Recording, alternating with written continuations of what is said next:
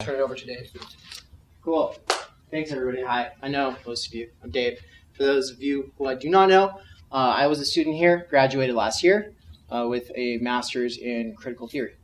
And so what I'll be talking about today is kind of a mixture of the stuff that I was doing my thesis on and what I've been doing since then. I have a YouTube channel, I have a Twitch channel, I have a blog, and I'm calling myself an online educator because all you need to do, really, you don't need a master's to do that. You just turn on the camera and talk and then call yourself that, right? That's what everyone does. But my longer term goal is to write a book this year, and then a curriculum next year, and then teach it abroad. So right now, it's all very experimental. But when I was here, I was an organizer for the Philosophy Club. That's how I know Dr. Steve Crowley back there. And how I met a couple other people as well. I also organized the Responding to Jordan Peterson conference with NSP. We brought a bunch of speakers for that, and I've brought a lot of speakers. It's one of my favorite things, because if you like someone and you'd like to have coffee with them, become an organizer, bring them, then there you go. Get money from the school and boom. Boom, there you go. And then you'll realize they're normal people, and then you're over it, and you're over it. It's great. Transference achieved. So today I wanted to, this is weird though, because I wasn't really, what I had kind of prepared was a two-part thing that required 2 entire meetings. They were both going to not be General Assembly. So this will work. This will be fine. I wanted to talk about labor power in the terms of time and energy. Yeah, you got me? Okay, cool. And I'm going to use my springboard. So we're going to start with theory and we're going to go into praxis. My ultimate goal is to inspire you all. Doesn't matter what your political disposition is. I don't identify as a conservative communist or a conservative leftist. I identify as a wannabe normie socialist and a independent leftist. So, but I believe that we need a strong conservative leftism in this country before that even makes sense. Can't really have a normie without a left and a right. So, because a normie in general doesn't really think about things in political philosophical terms. They just they see these reference points in their social field and they kind of, well, I'm not going to be political, right? So you have a lot of non-political capitalists. Basically, everybody in this great country is a non-political capitalist, which is a deeply political thing to be, but nonetheless, the future I want to move towards is we'll have a lot of non-political communists and or normie socialists. And really, what that means to me is that you don't have to say you believe anything, you don't have to do anything extremely different, and you're not going to be taken off to a gulag because you disagree or don't use my pronouns or whatever, and I do use they, them pronouns, but you're fine. Get that fucked up. I get it. So, yeah, and that's the fact that you all just laughed at that is why I like this group. Okay, because you're not a bunch of fucking woke skulls. You're canceled if you don't use my pronouns. By the way, Kent does need to check his privilege. Damn it, guys. You guys don't know. You guys don't know. I think you just need to listen. Okay. There's nothing wrong with listening, but empathy is not always a solution. Sometimes strength is more important, right? So you need strength, you need empathy. Lots of people need to be balanced. Some people can't. And the people who can't be balanced, they need a place in a post-capitalist world. And we can't just kill them all. No. I think that we've made mistakes with that in the past. When I say normie socialism, though, I want to talk about concepts that come out of critical theory, or the critique of political economy, as it gets called, in a normie sense, right? But I want to use my springboard into doing that with Sargon of Akkad. I don't know, anybody familiar with Sargon? All right, half the room. You're all not normies because you know who Sargon is. Sargon of Akkad. It's a YouTuber by the same name. Yeah, YouTuber. Yeah, YouTuber. You're thinking of the sisters. So Sargon comes out of the skeptic atheist community online, became something of a quote-unquote edgelord, anti-SJW, anti-PC, alt-center is kind of what it gets called, but really he courts space and hangs out with a lot of more alt-right types of people, defends their right to free speech. Is that my timer? Am I done? Yes. Get the hell out of here, Dave. Fuck it, dude. Check your. So, Sargon debated Vaush. Vaush is the most canceled, most problematic leftist today. Literally. Yeah, more so than ContraPoints. Exponentially more so than ContraPoints. But he believes in making space for people who don't all agree, so that gets you in trouble these days. He believes in using the common vernacular of the people you're talking to, whether they're, dependent. And hey, by the way, the common vernacular of whoever you're working with is going to vary by workspace. So you get people on the left who are like, well, I know, I'm working class. I know my coworkers, and I have no problem getting them to stop using the word dumb. And it's like, you haven't worked on foundations yet, motherfucker. Like, it was a good day when I wasn't getting sexually assaulted. By their standards. Yeah. Okay, so Sargon, in debating Vaush, so we've got a pro-capitalist liberal, classical liberal, versus he calls himself an anarchist, but he's a leftist in general, right? He's more of a, he's kind of like the kind of leftist who says, I'm going to take what I can get. Like right now that's Bernie, so fuck it, but I'm going to take what I can get. Because at the end of the day, I just want to see 1,000 flowers bloom and not kill them all. But there was this funny moment in that debate where Sargon, and by the way, Vaush did not do very good the first debate with Sargon because Sargon's a slippery son of a bitch. Very slippery. It's hard to pin him down, and there was a bad moderator. This time, though, Vaush was prepared. So I just, that's the clickbait. Go look it up yourself. But I wanted to zoom in on the one thing that they didn't dive into that they should have dived into, which was that Sargon says that in defense of property rights, the person who picks the acorn has earned that acorn by putting their labor into the process, the effort of picking that acorn. Well, I have acorns on this tree. We totally agree. The worker is entitled to the fruit of their labor, right? We totally agree. So Vaush is like, you just made my argument for me. And then they moved on. And I was like,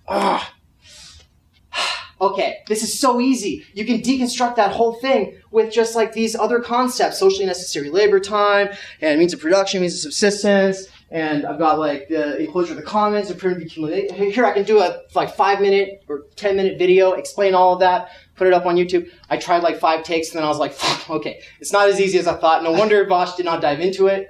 But I wanted to do a quick take at that because I was talking to Vaush about it. I was like, so how would we handle this again? And this is basically what we've come up with.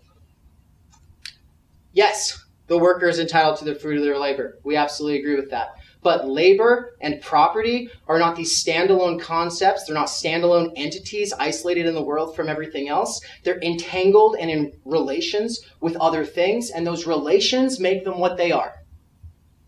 Okay, this is dialectical thinking. Dialectical. Material dialectics is a way of looking at property and labor and saying, okay, but what are we really getting at? What's really producing the value of that labor? What about the day when the worker shows up and nobody comes into the coffee shop? How are they producing labor that day?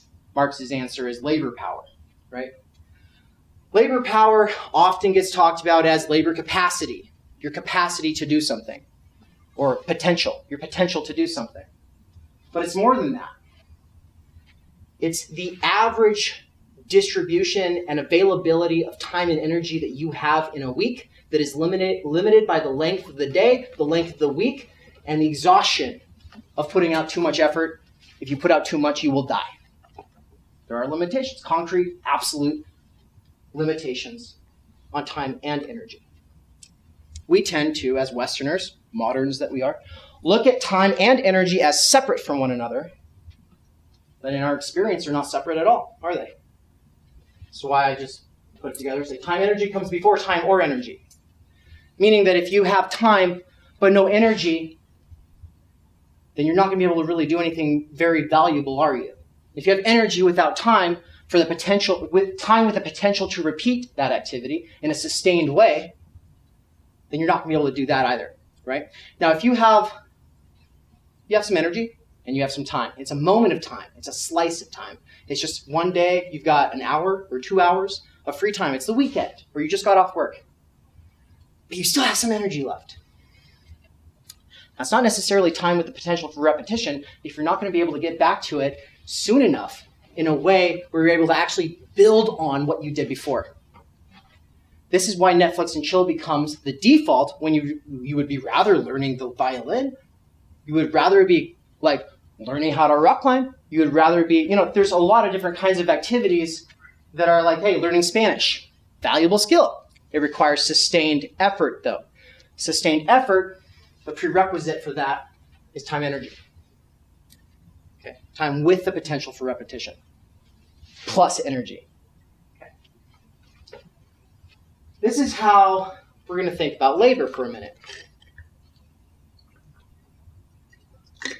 And I just want to use this little metaphor of the person, obviously in the state of nature, where classical economists and political philosophers like to go. John Locke loves to go, right? Out in the state of nature, it's a tree. There's acorns on it. I can pick those, and now they're mine. Someone else can come pick them, and that's theirs. And we could trade. It wouldn't make any sense to trade acorns for acorns. So, hey, you pick apples, I pick acorns. We've opened up a market, right? Well, there's a problem because the history of humanity kind of begins with states. States, legibility, writing things down, keeping track of stuff. States are a monopoly of force, right? Which, use Hobbes' argument. Maybe that's valid. We want security, right? And somebody rides up on a horse and says, I'm going to bludgeon you over the head with this axe because you are actually on the king's land. Say, ew! You don't recognize the king. That was my Monty Python for a second. I can't. Syndicalist. I'm going to kill you, or you're going to pay 1/3 of those acorns to the king, and another 1/3 of those acorns to the priest, and you can keep the other 1/3 of those acorns. Because ultimately, this tree is the king's. That tree was your means of production. I mean, that tree and your hands in combination, right? That process between the two things was a means of production. But now, the most important part of it is owned by the king. How did that happen? This is what gets called both primitive accumulation and the enclosure of the commons. It's just a bunch of jargon. We don't need to get stuck in the jargon. It's not that important.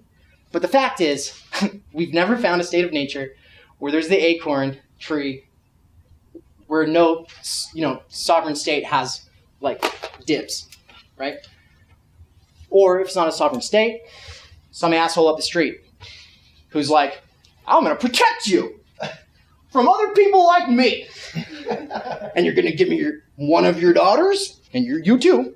Yep, every one of you gives me one of your daughters and 1/3 of your acorns. You got to give the priest 1/3 of his acorns too. And he gets your sons. That's not a joke. That 1/3 left over is your means of subsistence. That 1/3 of those acorns left over is your means of subsistence. That's how you survive, right? So you're taking that back and being like, here, kiddos, this is what we got to eat, I traded a few of them for this apple. Oh, yeah. But then we add the other, so far I've moved you through all of those concepts, right? We've talked about the enclosure of the commons and primitive accumulation. Primitive accumulation, it can also be called primary or original accumulation. It's the idea that at some point, some people with swords ran up and said, this is ours now, and you work for us. And you actually owe us a debt for having ever picked acorns on this land, you son of a bitch. Oh, fucking sorry. Don't hit me, you've got a lot of armor. Woo. Yeah, armor, technology, okay? Technology is where we get to socially necessary labor time, the other concept that we haven't gotten into yet, okay? STEM. Everyone know what that stands for? Science, technology, engineering, and math. It's the fucking bread and butter of the research and development of the means of production. I'm a big fan of that. I like air conditioning. I like the internet. Coffee, don't want to get rid of any of those things, right? The means of production have made it a lot easier to live on this planet for some of us. But going back to the example of the acorns, let's just say that Alex and I are competing to get a lot of acorns because the apple picker down the street just said, I've got a great deal for y'all. Get me 100 acorns, like, within the next hour. I'm going to give you, like, 50 apples. And we're like, oh. So I'm over here picking with my hands as fast as I can. I look over at Alex. He's got one of these nifty, like, hand extender things. Where did he get that contraption? He's picking so fast. He's even got a bucket. What's a bucket? It turns out the king is paying these scientists, or at least these scientists who want to be scholars or whatever, like their tribute to the king is being like, I invented a telescope and now it's yours, you know? So the person who established the primary or original accumulation and the enclosure of the commons, privatized the land, also gets kind of like copyright over technology. It turns out when you have a person who has technology that makes it so that they are more effective with their body and their time energy, that they invest in a sustained effort towards doing any given task, your value just went down as a laborer. There's no labor in isolation if we live in a society. Do you think we live in a society? Okay, one person here is not a normie. It's a meme. Anyway, so... Yeah, fuck it. Shit. Now we live in a situation where a handful of people own every meaningful, in an economic sense, every meaningful contribution to human society up to this point in the present. Everybody else is renting from them. A handful of people are getting real great privileges from them. That's like the 20% in this country. They're not struggling really, except to brown nose those 1%ers. That's mostly our politicians as well. It's the managerial class. The doctors, the lawyers, the administrators. They work for, so they work for them. And we rent from them who work for them. I mean, this is very simplistic. I get it. We're trying to be fast here, though. This kept all my time. And I actually preferred it that way because this was a great lead-in, I thought. Future. What is the future?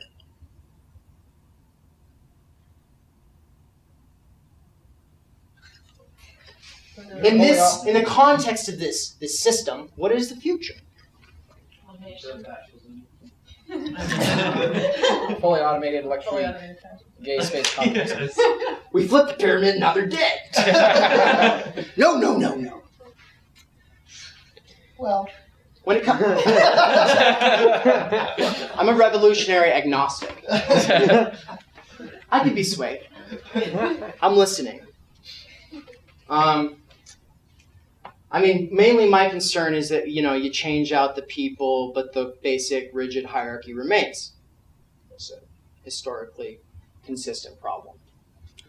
Althusser wrote this awesome book that you should read on Machiavelli, where he's like, this is the basic problem of political philosophy, and it's remained the basic problem of philosophy. How do you break the wheel of revolutions that Aristotle talks about, where we go from monarchy to aristocracy or timocracy? There's different orders of these words, and I don't know my classics well enough, but and it comes down to democracy and then anarchy, and then it starts all over again, right? Yeah. Right now, everybody's really worried that Bernie is the person that Aristotle and Plato were both worried about, the person who comes along and says, I will forgive all your debts. I will forgive all your debts, and then we'll all be great, and then, but now everyone thinks they're equal, and that ruins all status in the world, and then anarchy comes, and then we're going to need some big, strong person to come in and set up order again. I mean, that's the basic idea of the wheel of revolutions. I'm not doing it justice, but how do we break that? That's one of the big questions we should talk about more. But right now, when I'm talking about the future, what is the future? For me, when we talk about humans having purpose in the world, making meanings out of their lives, not just as isolated consumers, entitled consumers, who want to experience everything in immediacy because they have enough money to be able to experience it immediately. Oh yeah, well if I just fucking, work 70 hours a week, then I can have that enjoyment, right? and I'll be able to live like a small aristocrat for a minute before I die a meaningless death, forgotten by the people I alienated along the way. Yeah, fucking great. Because it turns out time energy doesn't really mean anything if you're unemployed and everybody else has to work full time. Time energy is what you need to pool with others to be able to build the future in any kind of a meaningful way. We cannot purposefully build culture, community, family, or your own personal passions. Your own interests can't even become passions without time energy. The structural conditions, though, in a society where this is the main commodity, all promised away to capitalists, is that nobody fucking has it. Nobody has it. Doesn't even make sense. Okay, like, hey, I can take out a huge loan and then not work for 5 years, or let's just say I'm a trust fund baby and I convince the parents to let me go do this thing for like a little while, and then I can like use my time energy to like build meaningful projects. Yeah, with fucking who? Some people you're gonna fucking pay to work for you? I swear some people are so unlikable, they want capitalism here just so other people have to share space with them. They're like, well, I love having roommates. Yeah, you fucking do, and you like being loud all night, too. Oh, I love being in the workplace. Yeah, you're a fucking foreman. And you love brown-nosing your fucking boss. And then, like, you know, not giving people the time off that they need to be with their family because they didn't come to your fucking football game. Or your poker game. How did all this happen? Because you're not, you're the best thing, Mr. Foreman. Oh, you're the best. Because you're not one of those three little fuckers. Yeah, you're not getting the time off that you need. There's no way it's going to happen. Fuck you. The future, for us, is canceled. What we live in is what Mark Fisher calls capitalist realism. Even your education is really just about learning how to be a good boss or a good worker. Not a civilian, not a citizen, not a participant in the public, right? The idea of the Athenian man, the free man, is they were all men. The free man is the one who has enough slaves and women back home, keeping things going so that you, living off of the surplus time energy provided by their labor, are able to step into the sphere of freedom, into the, what do they call it, where they all get together?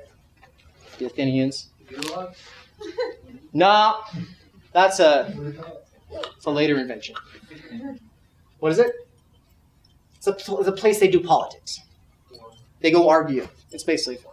They go argue with each other, and then they choose how they're going to build the future together. Free human beings in a society, in a civilization, build the future. Who's building the future right now? And what dictates its trajectory? Who's building the future? What dictates its trajectory? All right, that's the theory side. I'm going to move into organizing, and we'll close this out in 5 minutes. Because people don't have time energy, and because people are used to being entitled consumers, and because this is capitalist realism, the only promises being taken to the bank in the future are the promises you make to your employers. Because your life revolves around expenditure of sustained effort for them, leaving you with weekends and nights of time without energy and energy without time with the potential for repetition.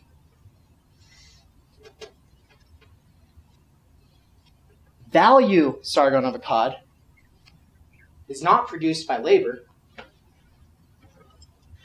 Value is produced by the capitalist, or whoever you're contributing your time energy to through sustained effort, being cashed in the form of promises fulfilled. Commitment and discipline and character are the essence of value. Those are all conservative words. Commitment, discipline, authority, structure, hierarchy, strength, perseverance, dedication. Those are all conservative, masculinely coded words. And there's nothing wrong with that. People who don't like those words, there's nothing wrong with them. But the thing is right now when we associate those words, we associate them with unjust hierarchies. We associate those things with people who are making decisions about the future that we have no control over, no say over, no representation in. Or if we do, it's very tokenistic, right? Makes it very hard to organize with other human beings. Students who have to work 2 jobs and go to classes full time. What's your time energy in a week look like? At least in the factory, you get the hang of it after a while. But when you're going into a semester and you're coming out and you're recovering and then you're going back in and then it's a completely different setup than it was and then you're thrown back in, it's like your time energy body in the week is being put through a blender. I mean, maybe that's good for us. It's making us versatile. It's making us flexible. Because capital is always on the move. And if we're chasing it, we're going to have to be flexible and versatile too. Right? That's why we're supposed to make ourselves brands rather than having any kind of faith in a long-standing career. Right? Because we got to be a brand because we're on the move. How's your portfolio looking?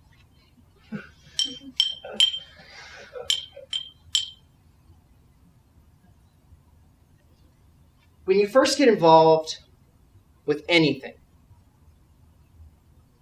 that you have an interest in,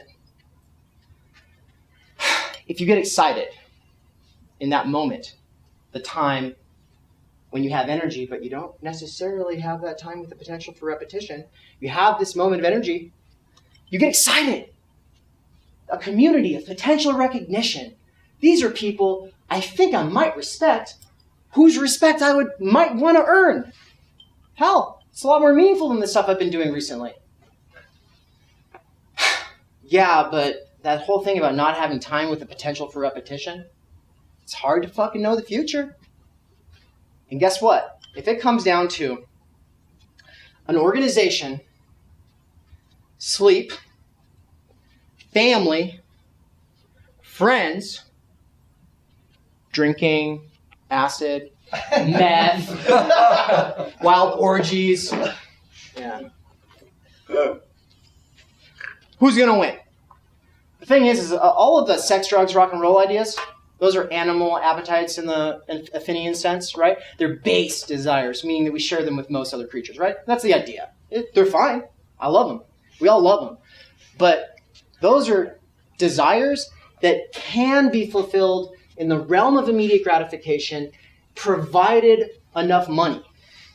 Because the drugs, the alcohol, the music, the prostitutes, the porn, whatever you want to say it is, all of that stuff is made available with money. But those other things that require the sustained effort, not so much.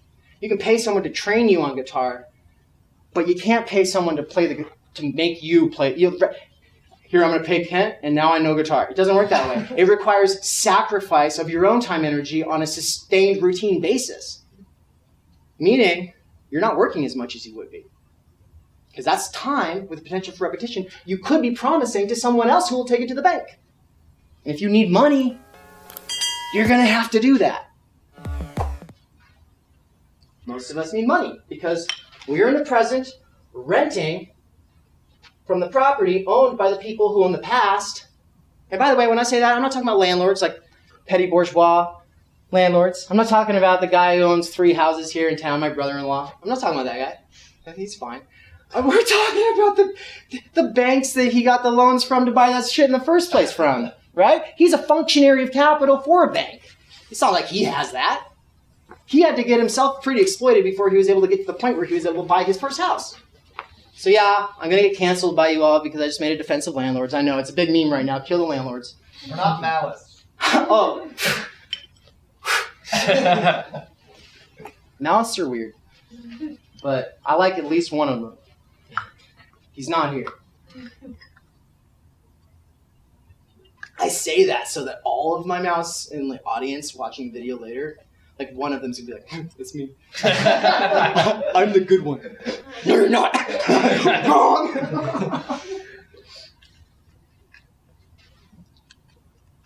Time energy is not in isolation, meaning that the energy factor as well, there's a lot of different kinds of energy, y'all. Intellectual energy, creative energy, physical energy. We can go on down the line. There's other kinds of energy. And it's weird how they relate, right? It's hard to go from an intense workout to reading a book, or vice versa, for different people, depending on what their basic disposition is, right? So different personality types, or whatever, however you want to define it, have different kind of relations to how energy functions, given the kind of task in a week, in a day, which is why it's such a fucking grinder being put through a week where you're jumping through hoops constantly. Like, when you look at the calendar, if you like fill in your calendar and color code it and all that stuff, it's like a fucking obstacle course. I call it bureaucratic acrobatics.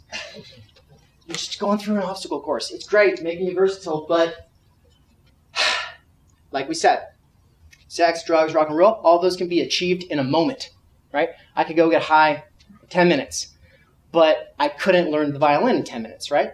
Same thing with an organization. One organization is not made overnight, and it doesn't exist just because you're here.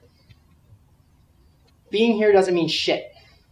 I've been a part of lots of organizations that don't exist. They never existed. People got together in a room. There was a name, there was a brand. But what else is it? It's people who know one another, who build trust networks. It's people who follow through, providing value to the organization by following through on promises. Commitment, discipline, dedication. That's where value is. We're never going to be able to change any of this if people want to just show up. I love how Ken talks about it. It doesn't matter like what organization you want to be a part of, the Socialist Rifle Association, Communist Party USA, like any of these different organizations. If you look into them, what actually happens when you sign up for them? You get a fucking newsletter. You pay dues, you get a newsletter, you're invited to a conference once a year, congratulations, pat yourself on the back, your branded identity is an IRL commie, because you're a card-carrying member of the party. It's like, fantastic, but can I contribute? Most people can't. Most people have to work. But we right now are in a golden period of our lives where we might be able to move things around and show up on sick days and show up on rainy days and show up when you're not feeling it. No, don't come when you're really sick. Jesus Christ. And if your grandma died, for real, don't come. But people fucking say their grandma dies all the time. Just saying. Like the family thing, right? We all understand when you say, I had to do a family thing, everyone's like, I mean, who can argue with that? Family, it's very important. It's like, but would you tell that to your boss? I mean, you don't want to have to think about an organization like it's your boss, but like, that's why your boss gets value from you and everybody else just gets to curate your identity. Your special little consumer identity.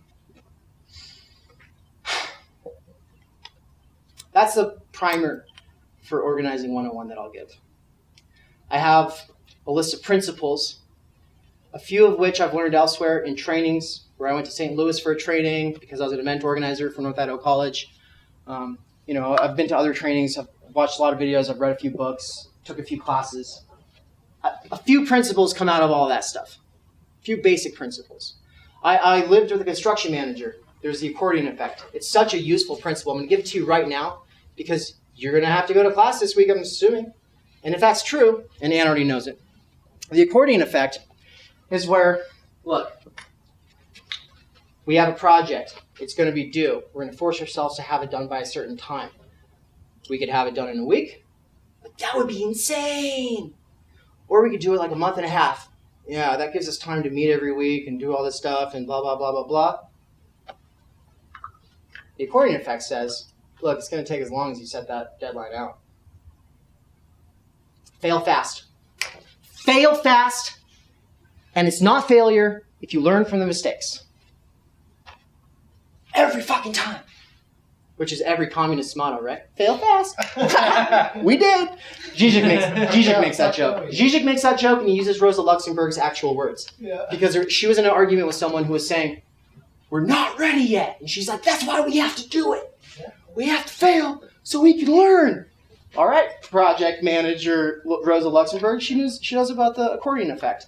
That's one principle out of a list of principles that I'll be unpacking for y'all in a video series. And I might do a couple of like short things here on campus, maybe in the next couple of weeks. The other thing is we are using some of the video footage from this for a documentary about the Red Republicans because, like I said, I can't be the wannabe normie socialist / independent leftist that I want to be without a strong conservative leftism in the world, which is why I like Vaush, which is why I like the Swoletariat, why I like Pig Puncher. These are all left-tubers, YouTubers, who are basically debaters arguing with the left and the right alike. So thank you for coming to my TED Talk Q&A.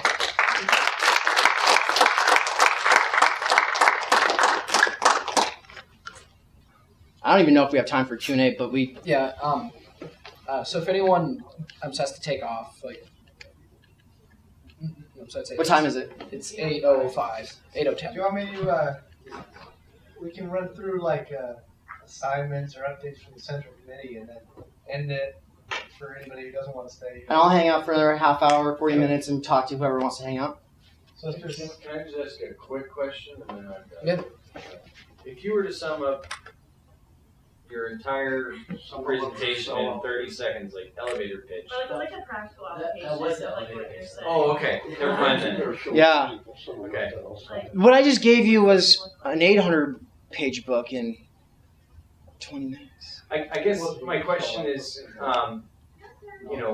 it seems like this is all meant to fix a problem, and I think the problem is unfairness, and the solution, I didn't hear a solution. So, I mean, in my opinion, socialism is meant to make poverty comfortable. Capitalism is meant to lift people out of poverty. And I didn't hear a solution. Well, I mean, we use different definitions for those words, and we could talk about them, and I would love that. But for me right now, I'll just say it this way.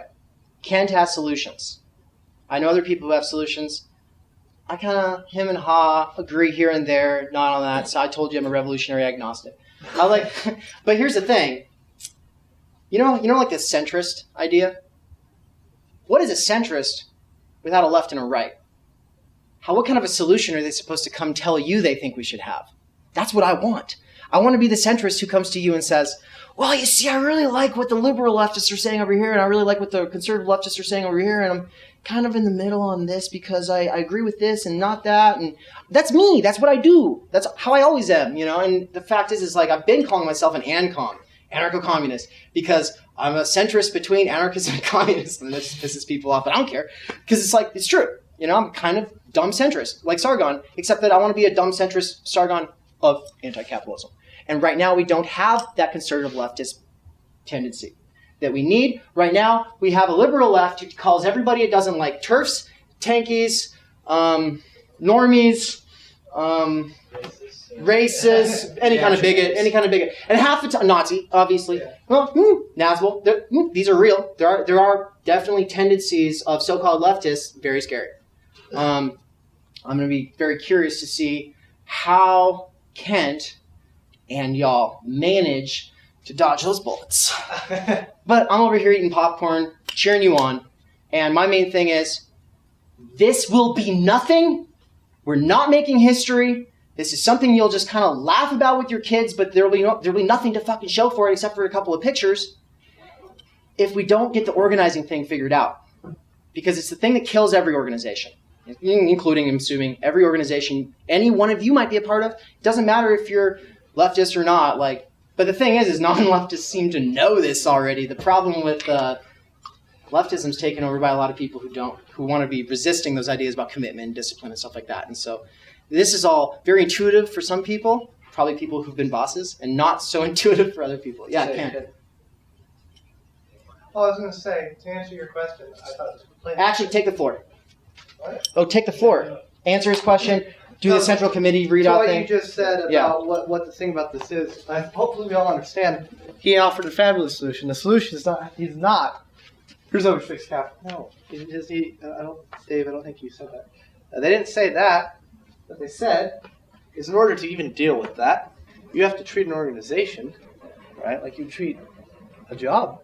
right? What makes an organization valuable is sustained effort, right? Something that can be repeated, something that can be relied on. That is exactly. Did everyone get that? Can we say yes? Can anyone say yes or no? Yeah, Yes. I got that. Yeah, that is the point I do believe they were trying to make. And so I'm confused when you said any practical application of that, because I would find that absolutely ridiculous to think that that can't be practically applied to an organization. And I don't mean to be an ass, but I'm quite serious with it. You can't offend me. It's fine. But We should try. if you're talking, please do. No, I'm not trying to offend you. But This is more sustained of a effort. motivation speech for Yeah, the I mean, I'm organization, not not like getting a strategy for incorporating the theorist ideology. Oh, whoa, nothing on this I thought was very ideological at all. Yeah, it was okay. It wasn't trying to teach us that. Um, He's not, or they're not going to give a lesson to us on ideology when we already are pretty much in agreement. What Dave was trying to say, I thought, right, once again, is that we need sustained effort. We need to realize that the only thing that matters, right, in an organization, the only way you can give value to something is labor power, right? The only thing that gives capital, right, value is sustained effort. Why the hell the door shut? That was scary.